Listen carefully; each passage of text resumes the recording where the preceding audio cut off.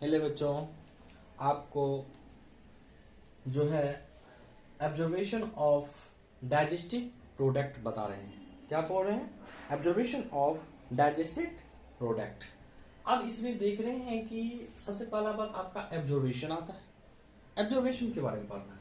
ठीक, देखिए एब्जॉर्बेशन क्या है। एब्जॉर्बेशन जो है आपका एंड प्रोडक्ट ऑफ डाइजेशन, यानी डाइजेशन जो हुआ है, जो हमने रोटी चावल भात जो भी चीज खाए हैं उसका जो डाइजेशन होगा, उसका जो एंड प्रोडक्ट होगा, जैसे कि ग्लूकोज, एमिनो एसिड, यह सब जो होगा उसी का जो है पासिंग जब होगा थ्रो किसके थोड़ा इंटेस्टाइनल म्यूकोसा। इंटेस्टाइनल म्यूकोसा यानी इंटेस्टाइनल में जो म्यूकोसा रीजन है उसके द्वारा जब ब्लड में जाएगा और लिम्फ में जाएगा तो उसी को हम एब्जॉर्बेशन कहेंगे। क्या कहेंगे? एब्जॉर्बेशन कहेंगे। चलिए, एब्जॉर्बेशन जो कैरी आउट होता है, एब्जॉर्बेशन का जो देखभाल होता है किसके द्वारा कैरी आउट होता है, यानी ट्रांसपोर्ट किसके द्वारा किया जाता है? वह जो ट्रांसपोर्ट गया यानी इंटेस्टाइनल म्यूकोसा के अंदर द्वारा जो घुसा अंदर यानी ब्लड और लिम्फ में, तो वो जो ट्रांसपोर्ट हुआ वह किसके कैसे हुआ, तो उसी के बारे में हमको पढ़ना है। ठीक, आप देखिए एब्जॉर्बेशन कैरी आउट किस तीन प्रोसेस है। देखिए सबसे पहला है आपका पेसिव सिंपल डिफ्यूजन, उसी को क्या कहेंगे? Passive simple diffusion. पेसिव को ही सिंपल डिफ्यूजन भी बोला जाएगा। और दूसरा है आपका फैसिलिटेटेड ट्रांसपोर्ट। तीसरा है आपका एक्टिव ट्रांसपोर्ट। अब बारी बारी से इसको पढ़ना है। चलिए, अपना जो है आपका पहला ले रहे हैं पेसिव सिंपल डिफ्यूजन, या पेसिव कहेंगे या सिंपल डिफ्यूजन कहेंगे। सबसे पहले बात, अब देखिए आपका ट्रांसपोर्ट ऑफ सबस्टांस, यानी इसमें जो सबस्टांस का ट्रांसपोर्ट हो रहा है, कौन कौन सबस्टांस का ट्रांसपोर्ट हो रहा है वो देखते हैं। लाइक मोनोसेक्राइड जैसे ग्लूकोज हुआ, और एमिनो एसिड है, एंड सम इलेक्ट्रोलाइट्स का भी ट्रांसपोर्ट करती है, जैसे कि क्लोराइड का करता है। कौन? आपका सिंपल डिफ्यूजन द्वारा क्लोराइड का क्या होता है? ट्रांसपोर्ट होता है। क्लोराइड आयन का ट्रांसपोर्ट होता है। ठीक, अब देखिए इसमें जो है एनर्जी का रिक्वायर्ड नहीं होता है। क्यों हम बोले तो देखिए, क्योंकि higher concentration to lower concentration, अगर कोई भी चीज, अगर मान लीजिए कि आपके जो भी जैसे कि ऊपर से नीचे कोई भी चीज को फॉल कराएंगे, गिराएंगे, यानी छत से नीचे गिराएंगे, तो उसमें क्या चीज का कोई चीज एनर्जी का कोई खपत नहीं है, क्योंकि ऊपर से सिर्फ छोड़ देना है, बस गिर गया, फॉल हो जाएगा।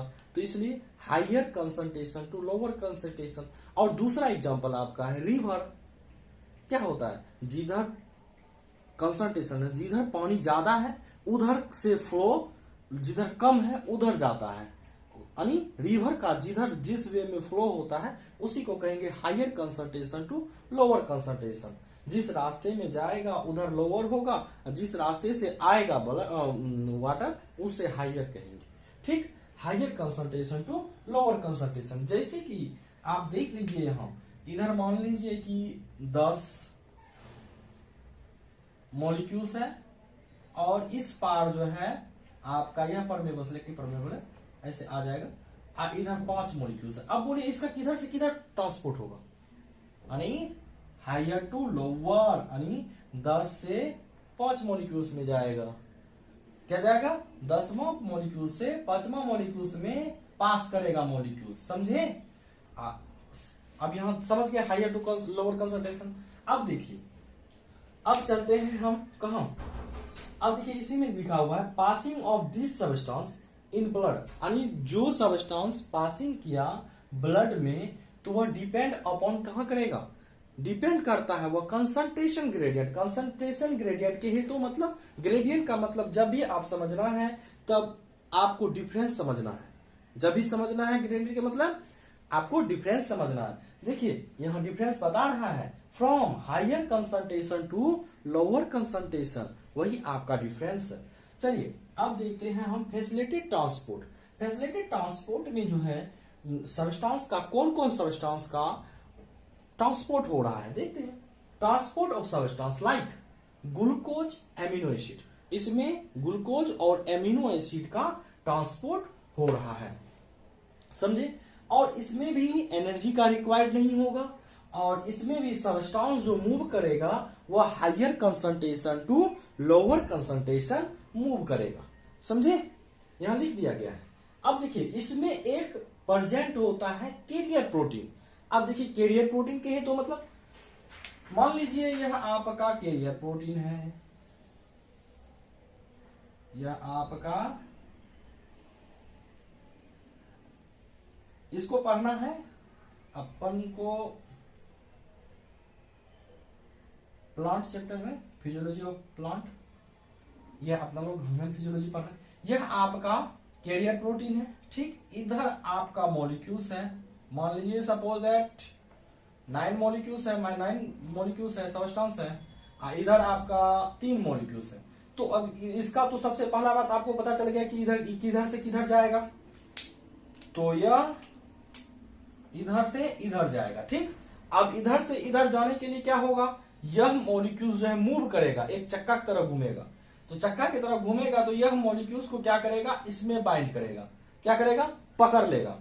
पकड़ने के उपरांत क्या करेगा, यह इधर छोड़ देगा। क्या कर देगा, यह घूमने के उपरांत, ऐसे ऐसे घूमने के उपरांत यह सब मॉलिक्यूल्स को पकड़ पकड़ के इधर छोड़ देगा।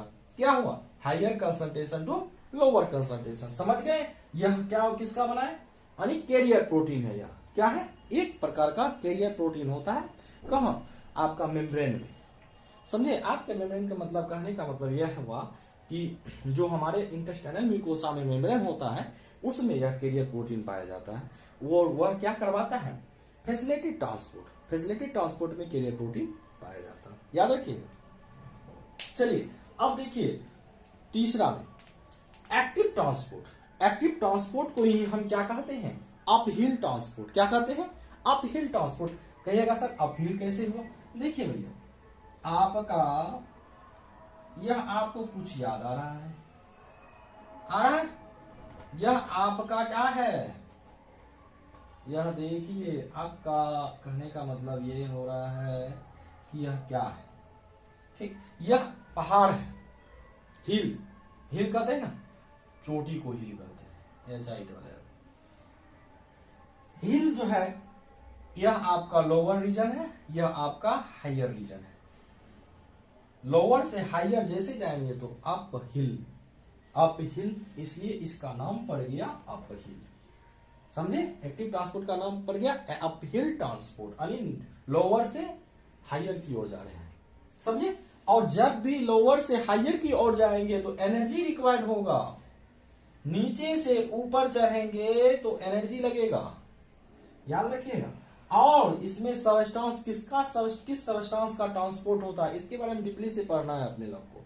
कहा आपका पढ़ना है फिजियोलॉजी ऑफ प्लांट में, प्लांट फिजियोलॉजी में पढ़ना है, समझे, प्लांट का फिजियोलॉजी।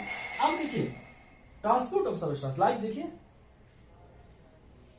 इसमें किसका किसका सबस्टेंस का ट्रांसपोर्ट हो रहा है, ग्लूकोज का हो रहा है, अमीनो एसिड का हो रहा है, और सोडियम का हो रहा है, सोडियम आयंस Na+ का हो रहा है, ठीक।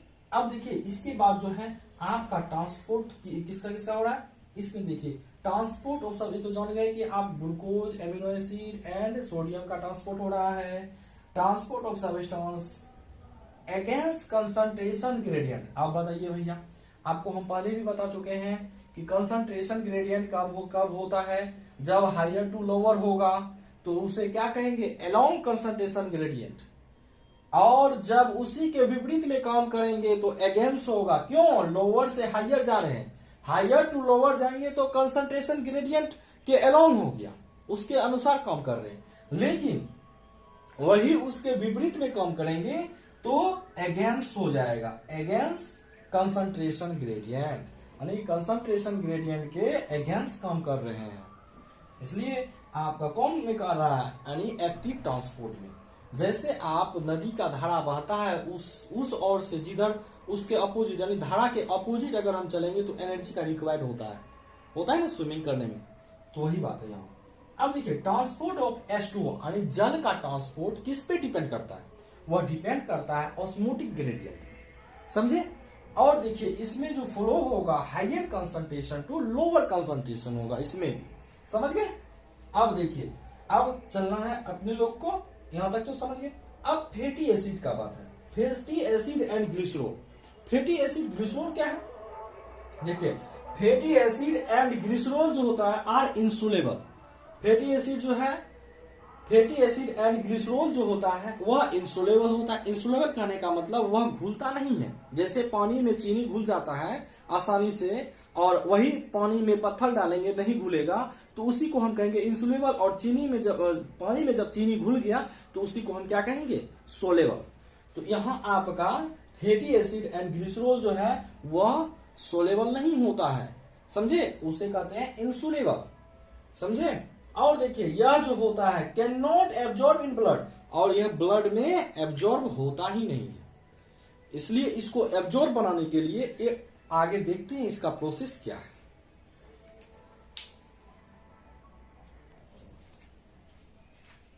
चलिए आपको बताए थे पहले जो फैटी एसिड ग्लिसरॉल का जो टॉपिक था उसके बारे में हम रिकवर कर लिए, फैटी एसिड प्लस ग्लिसरॉल, ठीक। अब जो ये था, यह इसको क्या हुआ, मीसेल या स्मॉल ड्रॉपलेट है, और इसको ट्रांसपोर्टेड किया गया, ट्रांसपोर्ट टू इंटेस्टाइनल म्यूकोसा, ठीक। अब इसमें देखिए क्या होता है कि यह जो आपका फैट ग्लोब्यूल्स है, यही फैट ग्लोब्यूल्स इसके ऊपर कोटेड ऑफ प्रोटीन, जब फैट ग्लोब्यूल्स के ऊपर हम वेरी स्मॉल अमाउंट में कोटेड ऑफ प्रोटीन का कोट कर दे उस फैट ग्लोब्यूल्स पे, तो उसी को हम क्या कहते हैं, काइलोमाइक्रोन्स। क्या कहते हैं, काइलोमाइक्रोन्स। काइलोमाइक्रोन्स किसे, काइलोमाइक्रोन्स किसे कहेंगे, काइलोमाइक्रोन्स कहेंगे जब फैट ग्लोब्यूल्स पर कोटेड कर देंगे प्रोटीन का।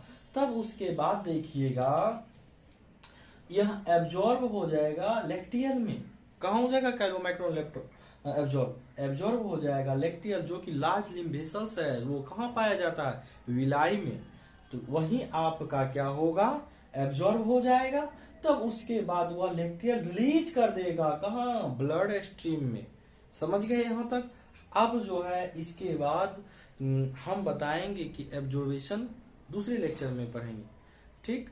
और आप लोगों को 26 जनवरी का हार्दिक शुभकामनाएं, और नए हैं तो मेरे चैनल को सब्सक्राइब, लाइक, कमेंट और थोड़ा शेयर भी कर दें। धन्यवाद आप।